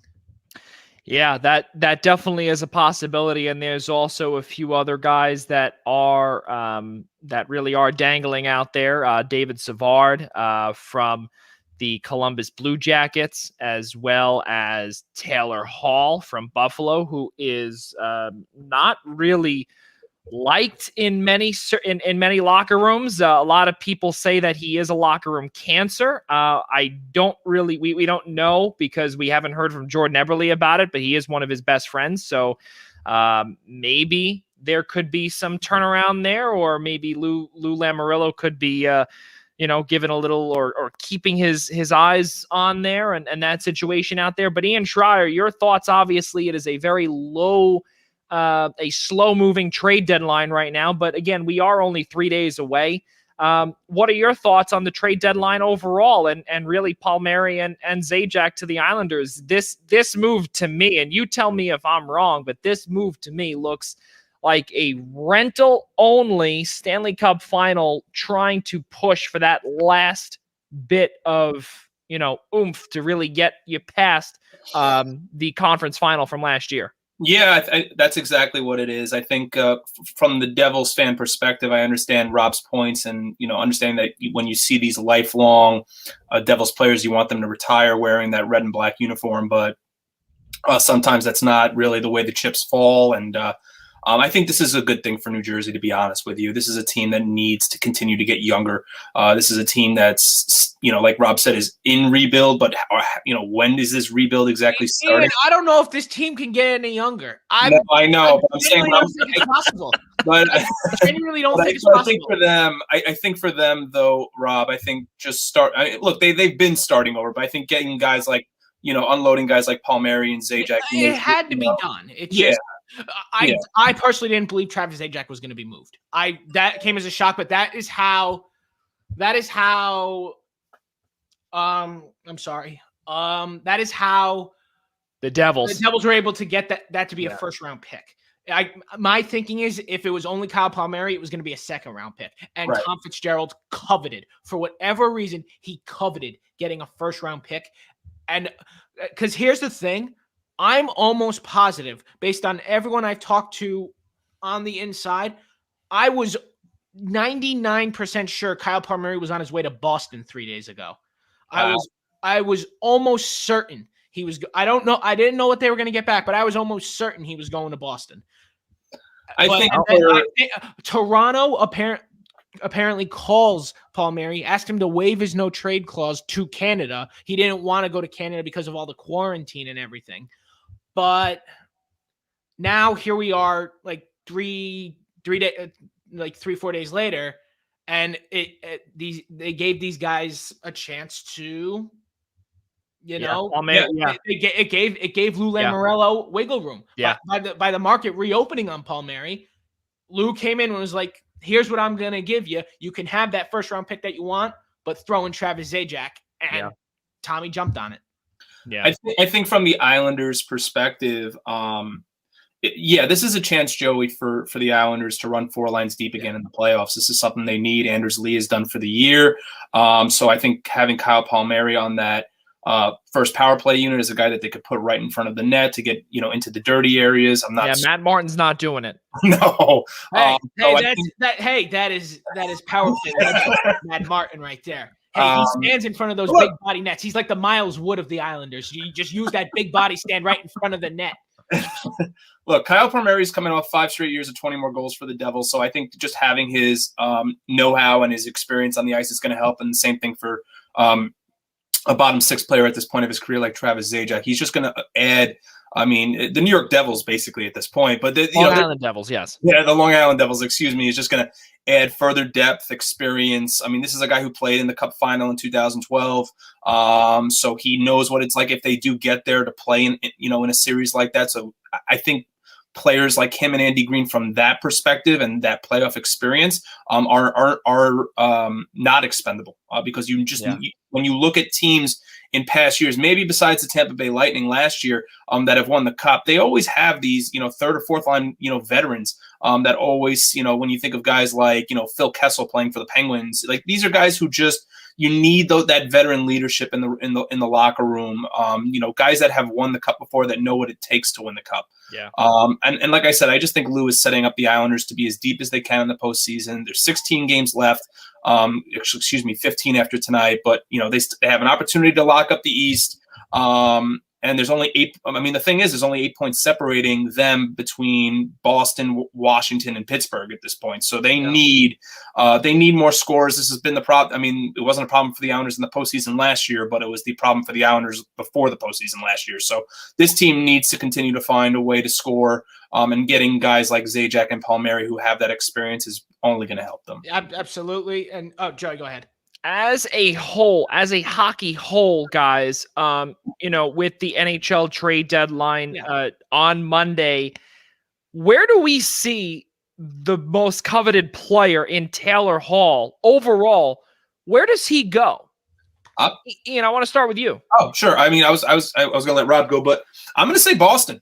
The Bruins make sense. That is a team right now that is right now on the cusp of potentially making the playoffs. They're hanging on to that. I know they have a few games in hand on the teams ahead of them, and I think even the teams behind them as well. But they're hanging on, just onto the cusp of that postseason picture, and they need a forward on that second line with David Krejci at this point. There is, there's a lot of concern there. I know it's one of the names maybe being rumored to go back if the trade does go forward, would be like a Jake DeBrusk. Absolutely. Would be kind of the headlining piece back to Buffalo. But which is crazy. Which is so crazy to say. That needs to happen for Jake DeBrusk. I mean, he's having a lost season in Boston right now. He needs a scene change. He's a good player, but he needs a scene change. And if that scene is Buffalo, that's not going to help. And it's no. And look, I still don't think it's a far cry to think that Jack Eichel might be elsewhere at the end of this season. Absolutely. That's so Boston needs Boston needs another player on that second line after the Pasta, Bergeron, and Marchand line. So this is a team that I mean, look, for the past couple of years, we've been saying it's Boston's year. It's Boston's year. It's Boston. They're the team to beat. Right now, it seems like to me when it comes to the Bruins, they seem like the team that after Washington and Pittsburgh, they're going to be the next window to start closing. So they need to try to make a move at the deadline at this point to maybe not solidify a playoff spot, because I think they're pretty comfortable at this point. But to make a deep playoff run, they're going to need somebody else in there. Yeah, no, I agree, Ian. I think that Taylor Hall I think Boston is the top suitor. As I mentioned earlier, 3 days ago, I was certain Palmieri was going to Boston. Now that he didn't, I think that even makes Boston even hungrier to try to get Taylor Hall, try to get that forward that gets on that second line, that gives David Krejci that help that he desperately needs. He's practically alone on that line right now. Yeah. So he needs the help. I think Taylor Hall would be a perfect fit there.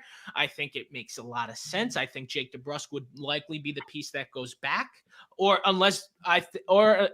if Buffalo's didn't rush to just get him out of there, they might be able to keep Jake DeBrusk in that matter. So, and it might just take a couple of draft picks, because Buffalo is by nowhere near ready to be taking on roster players. They need draft picks. They need to rebuild again, but they need to do it. And Joey, if I may segue to another topic here, of course, in the NHL.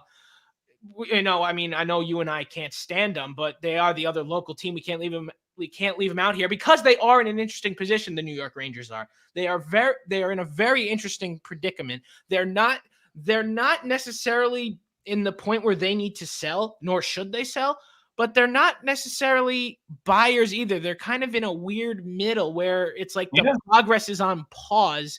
Ian, is this a deadline for the Rangers to just stand pat, not do a thing? That's a good segue. That's a very good segue.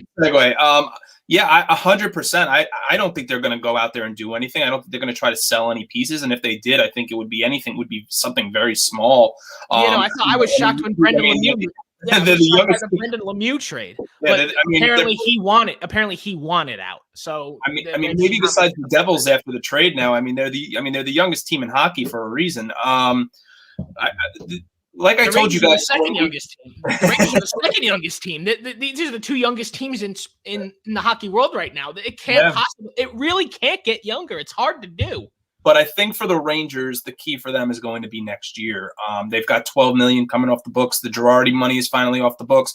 More of the Lundqvist money is off the books, and then I think the Shattenkirk money is all the way off the books now too. So that's going to give them a lot more money to play with. I don't know in terms of when you look at the free agent market for next year. I still think they are inkling on Eichel. I'd be shocked if they weren't at this point, because even though they are so loaded with forwards in their top six, it just seems like this team still needs one more. There's definitely room for Jack Eichel on that roster, and there's definitely players that can be moved back to the bottom six right now. Yes, 100%. And I think for them, it's right now trying to get an Eichel-like player, along with adding more to that defense with guys like Lindgren and Fox, because finally Brendan Smith's contract's coming off the books, and I already mentioned Girardi's old cap hit. He's getting paid by the Rangers to be on the bench at this point in Buffalo. So it's I think for the Rangers, it's really finding that one more elite scorer, and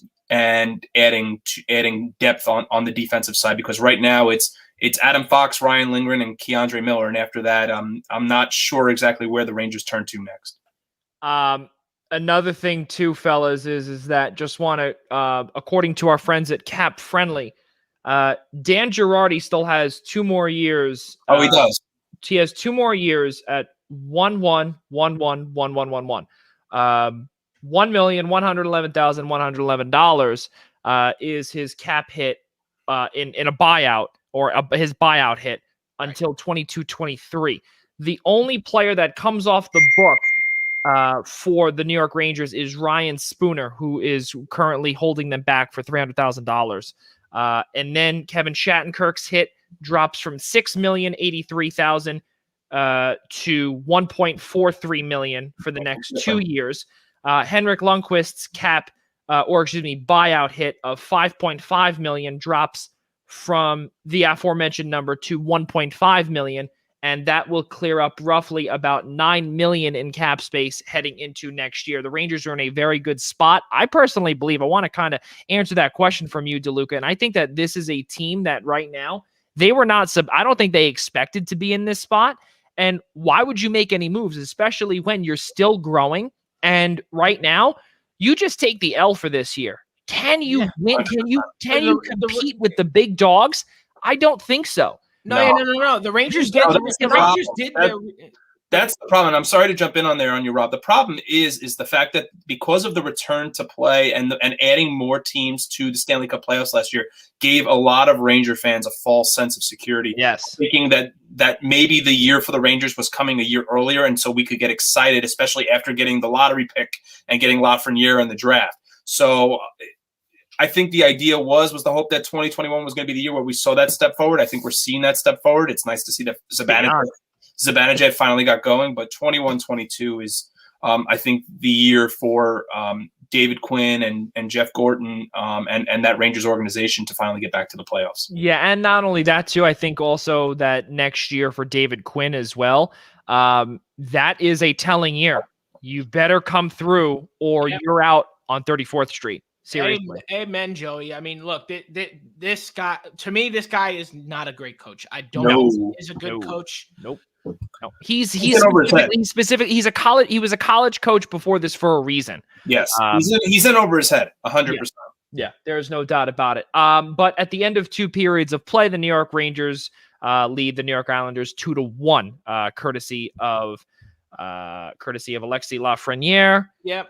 and also let's Blackwell. see who else. Blackwell, and then for the Islanders. And the emergence of this kid. He's not supposed to be anything more than a bottom six player, and he's scoring at will here. I didn't even know who Colin Blackwell was when he scored. I think he had one of the first Ranger goals of the season, and I was like, "Who is Colin Blackwell?" And people are learning it now. Honestly, right now, if you asked me who the best player on the Rangers was, my answer, bar none, would be Adam Fox. Yes. Oh, by far. Adam Fox is already an elite player. He is my Norris Trophy winner. Yeah. He's probably not going to win it because that's just how this stupid league works. It's probably going to go to someone like Drew Doughty because reasons. But there's nobody who's having a better season for the Norris Trophy than Adam Fox. It is unreal how good this kid. He is a kid. He is what? He's 22 years old, Ian, I believe. Well, he came over in the Brady Shea trade. Right, but he is not old. He's a kid. And I mean, could you imagine trading? I mean, when you look at and I know we're getting off onto a Rangers tangent here, but that's okay. When you think about. No, it's okay. It's all right. I mean, look, I know it's a local team. It's a local team. It's a local team. We can do what we want. As I tell Larry when it comes to the Mets, I want my teams to win, but I am a optimistic realist. Like if my teams aren't playing well, I'm going to be honest and say so. I have a very close friend as well who's a diehard Ranger fan like me, and we'll sit there and we'll beat up on David Quinn and the Rangers not playing well every single night, but when you think about the trades that the Rangers have made in recent memory and who they've gotten in return, you think of the, back when they made the trade that brought Ryan McDonough over here to the Rangers, and you think of Adam Fox and the Brady Shea trade. Clearly the Rangers won that trade. So, the Rangers seem to do a good job in the trade market, but I'm very excited for 21-22.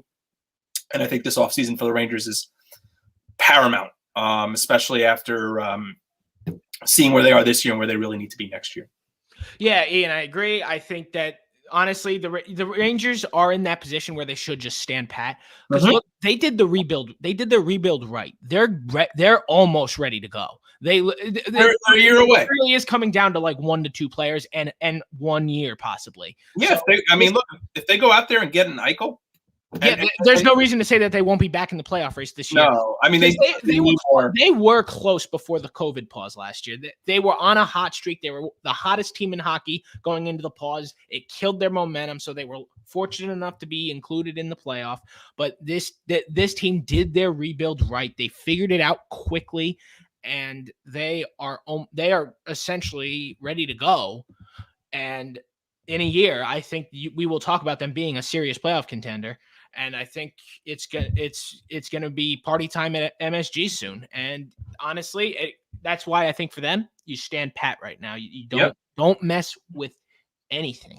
They just need help on the blue line, most importantly. But yes, go ahead, Joey.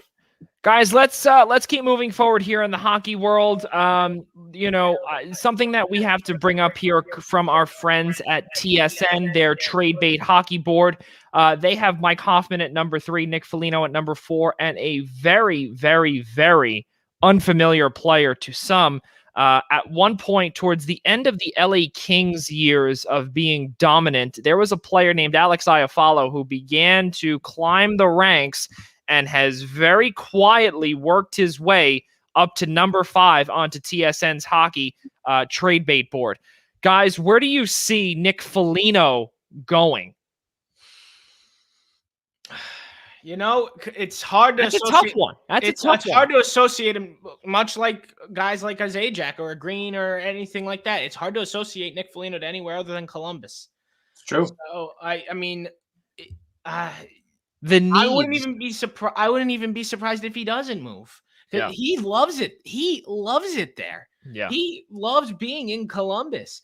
I wonder if he's gonna just stick around. We'll have to see. But I mean, Columbus obviously isn't in a good place right now. Yeah, they're struggling. Coach John Tortorella may or may not be on the way out. That's unknown. Yeah, but it's a rough situation there. Yeah. But Nick Foligno, I mean, look, he'll be if he is traded, he's going to be useful wherever he goes. He's still got a lot of good hockey left in him. He's an elite forward. He's a great player, good locker room guy. Anyone that tries to put in an offer, the problem is he's a high offer too. So you got to wonder if anyone's willing to pay for it because he is going to be expensive. And you're also getting the leadership as well from him as well. Yep, you're getting a veteran presence. You're getting a presence like no other, and I think that's exactly why it's going to be tough. But if he goes somewhere, he will thrive. Yeah, and to go to your dad's point, Rob Sr. Well, Mr. DeLuca, I have to give you this here. What team do you gentlemen believe will take the cup this season? I'm going to tell you something. I want to start this off here, and that is not only a tough question and one of the hardest things to really come up with, because once the teams leave their divisions, right? We don't know how well these teams are going to play against. That's true. A Carolina, where, yes, the Islanders or the Rangers are familiar with them, right? Or the Bruins are familiar with the Hurricanes in the Atlantic Division and in the Metro on a normal day or pre-COVID or post-COVID or whatnot. Yeah, normal day, yes. But the same thing would now go with a Central Division of Chicago playing a San Jose. And yes, SanOse actually is in the playoff hunt as well. Can't believe we're saying this. Yeah, have you seen the Pacific Division? That is very true. I mean, but again, when you have the Pacific Division, or you even have the North Division where Toronto is really leading and they're just wiping everybody away, the small sample size, how can you really come up with a true cup winner when you're not really going, 500 miles? You're only going 500 miles west for, let's say, the Rangers are only going as far west as Pittsburgh. Yeah. And they're going as far east as Boston. It really, or as far south as Washington. So we really don't know, or as far north as Buffalo. We don't really know who. Did you really just say Buffalo and playoffs in the same sentence? Yeah, no. I said Buffalo in terms of the distance, not playoffs. We're talking playoffs and cup here, though. What is Buffalo? And yes, I am, but I'm saying that but exactly what you have brought to my attention. Have the Islanders win to any other team except Buffalo and New Jersey? Did you or did you not tell me that, DeLuca? Of course I did. Because exactly. Have you? What? Have you? Yes, we have. Most against of Washington. Most of your wins are against us in Buffalo, though. You have that is true. Wins, which is that is true. That is 100% true. But what 50% are those two teams. But what I do know is that it's very difficult to come up with even any winner, because you don't know how these teams are going to play out once they leave their respective divisions, because they have not played them this year. I guess a good follow-up, Joey, to that would be, maybe to paraphrase Mr. DeLuca's question, would be what division do you think maybe the Stanley Cup champion might come out of? Yeah. Or that might be a better. Or which four teams are going to the conference finals? I guess you could still call them conference finals, semifinals. I guess which four teams are going to come out of each division? Maybe. It's tough. It's very tough. Because even though you've seen these opponents 50 times you've seen these opponents 8 times per season. For this season, you've seen them 8 times. Yeah. It's still the NHL playoffs. It's still the anything's possible that you don't know what the heck is coming.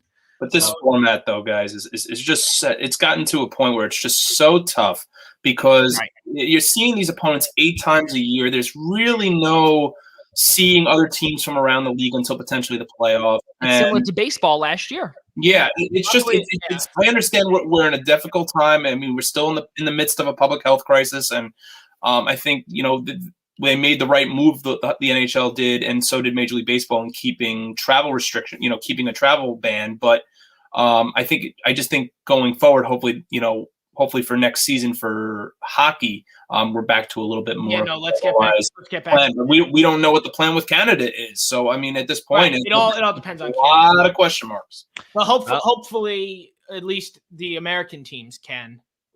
I think there could be a scenario where they essentially let the American teams get back to a normal schedule, fly all over the country, depending on where we're at by that point. Which I think is fair to say. Right now, we're in a very good place. So. Yeah, teams there's definitely a lot of high hopes here in this amazing country. Well, so This is what DeLuca. I'm going to let you finish in a second. This is also something that we've heard rumblings about as well in the beginning of the season, where the Canadian teams that make the playoffs could maybe reside in some buildings in America where teams are eliminated from playoff contention, where, for instance, Toronto could reside in Buffalo. Yep. Or Winnipeg could potentially reside in Minnesota. Yeah. No, things, places like that. Vancouver, obviously, or even Edmonton would have to come down maybe to Vegas. We don't know exactly the whole thing. Won't know. Hey, play in the Seattle Stadium. Well, if that's ready, and I don't think the Key Arena is ready yet, showing my age there. Climate Energy Arena or Climate Pledge Arena, I think it is. Something like that. All you really need it'll forever be known as Key Arena to me. You need ice and seats. It's all you need. Home of the Seattle Supersonics. That's really it. Guys, let's finish this off here. Let's finish off this show, guys. We're ending a few minutes early here. We want to give our best wishes to former NHLer Alexei Emelin, who really was a dominant force in the Montreal run towards the Eastern Conference Final in 2014 against the New York Rangers. They did not make it to the Cup Final that year, but he was a big force on that back line. Alongside, if I'm not mistaken, I think PK Subban was still there, and all those guys, and Nathan Beaulieu, those guys were there. Yeah, Darnay was there as well. Yep, exactly. And Max Pacioretty, Thomas Vanek. Thomas Vanek was there as well. So Alexei Emelin is getting a liver transplant. There was some hard times for him because there was a time where just a few weeks ago that he was not doing well at all. His liver was really failing. He was going through multiple organ failure, but now thankfully he will be getting a liver transplant and, good Lord willing, able to continue his life safely and healthy. So really good things. Most likely his hockey career is over, we would say, but now he gets to live his life healthy with a brand new liver. So thank goodness for that. Alexei Emelin, we do wish you the best of luck moving forward. Guys, let's finish off with our kudos here. Rob DeLuca, let's start with you with our kudos segment. Yeah, sure thing. I mean, look, while we're on the subject of bad health, unfortunately, we got to give our well wishes out to the entire Vancouver Canucks team. I mean, they are in a horror story battle. With the COVID-19, they've got the Brazilian strain, which is reportedly the most contagious strain out there.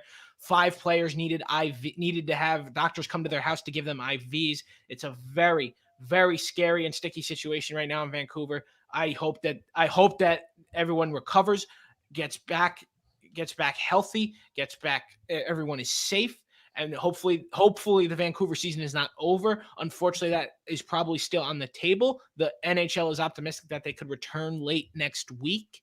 I think that's very optimistic, maybe a little too optimistic, but I like that they're not ultimately just trying to cut their season off. I mean, granted, they really weren't in the playoff race anyway, but you never want to see a team season end like this. It doesn't feel right. It doesn't feel good, but just well wishes to every single player on the Vancouver Canucks. Get better soon, guys. You're loved by the National Hockey League, by the fans, the community. There's 21 players, by the way. We just saw it here on NHL.com. 21 players and 4 staff members who have been diagnosed. That's the entire team. COVID. That's literally the entire team, the entire roster. Yeah. So, and from what we've seen with these COVID lists, we see the whole team on that list. It is definitely something that is a scary situation. We don't obviously, with Vancouver having actually a very, very underwhelming season. They weren't expected to make the playoffs anyway, but they are hoping to conclude their season out. And according to multiple sources here on NHL, they are looking to finish their season, and that's what they want to do. And it looks as if that the NHL will allow them if time it allows them, and also if, most importantly, health allows them. Ian, your kudos for the night. Yeah, I actually have 2. My first kudos goes out to Trey Mancini and the Baltimore Orioles organization. Yeah. If anybody has not had a chance yet to pull up the replay of his first at-bat against the Boston Red Sox yesterday, it's tear jerking. I mean, he's defeated stage 3 colon cancer. Came back, and just a standing ovation for him at Camden Yards yesterday at the Orioles home opener. So just wishing, and obviously the Orioles are off to a nice start. I mean, no one had them at 4-3. We spoke about that at the top of the show, and good things for the O's right now. I hope it keeps going well. And then the second piece of that, I didn't put it on the prompt, but I wanted to mention it because I didn't mention it last week. Was I want to congratulate Adelphi University head women's basketball coach, now former Adelphi University head women's basketball coach Missy Traversi, on being named the new head women's basketball coach at Army West Point. Yeah, wishing her and the best of luck with the cadets and the Black Knights, and just wishing her. I mean, it's her first D1 head job, and just wishing her all the best of luck in the Patriot League. I hope she makes this first year. So. In the Patriot League, and you know what, Ian, that is a fantastic segue into mine. Yes, because it is because you know what, Army West Point usually plays St. Francis Brooklyn in women's basketball, so I wouldn't be surprised if we do see a return trip. Last year, we saw Army, 2 years ago, 2019, we saw Army come down here to Brooklyn Heights, and then in 2018, they had gone up and vice versa as in years past. But my final kudos goes to my St. Francis Brooklyn Terriers. The men's soccer team, they are regular season champions. They finished off actually their season, if I'm not mistaken. Not even if I'm not mistaken.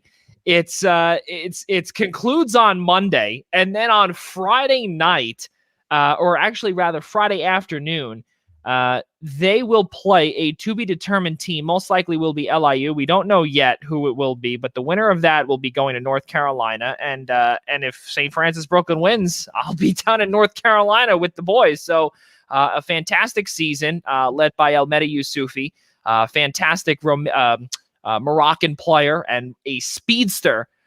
So really, he is probably one of the best players on the pitch. And it's going to be a great, great week in NEC soccer. So really good things there moving forward for Tom Giovato's St. Francis Brooklyn Terriers. Guys, let's keep moving forward here. It is done. It is done here. Tomorrow night, the Essential Wrestling Podcast, WrestleMania special. 12 p.m. Eastern time right here on the Eastern Observer. Also at 11 a.m. tomorrow, as we did say, the New York Professional Scouts Association and the Eastern Observer partnership continues with episode number 51, featuring Colorado Rockies Northeast Scouting Supervisor Mike Garlotti. He is the one who found former outfielder and the late Angel Echeverria. Yes, may he rest in peace as well. He did pass tragically last year due to a head injury that he suffered in his home due to a stomach bug. We don't know what the deal was. It was just his time to go. But tune in tomorrow, 11 a.m. Eastern Daylight Time here on the Eastern Observer. Ladies and gentlemen, one final time, Ian Schraier, Rob DeLuca, I'm Joey Jarzynka, and for all of us here at the Blackjack Media Group, we'll see you next time.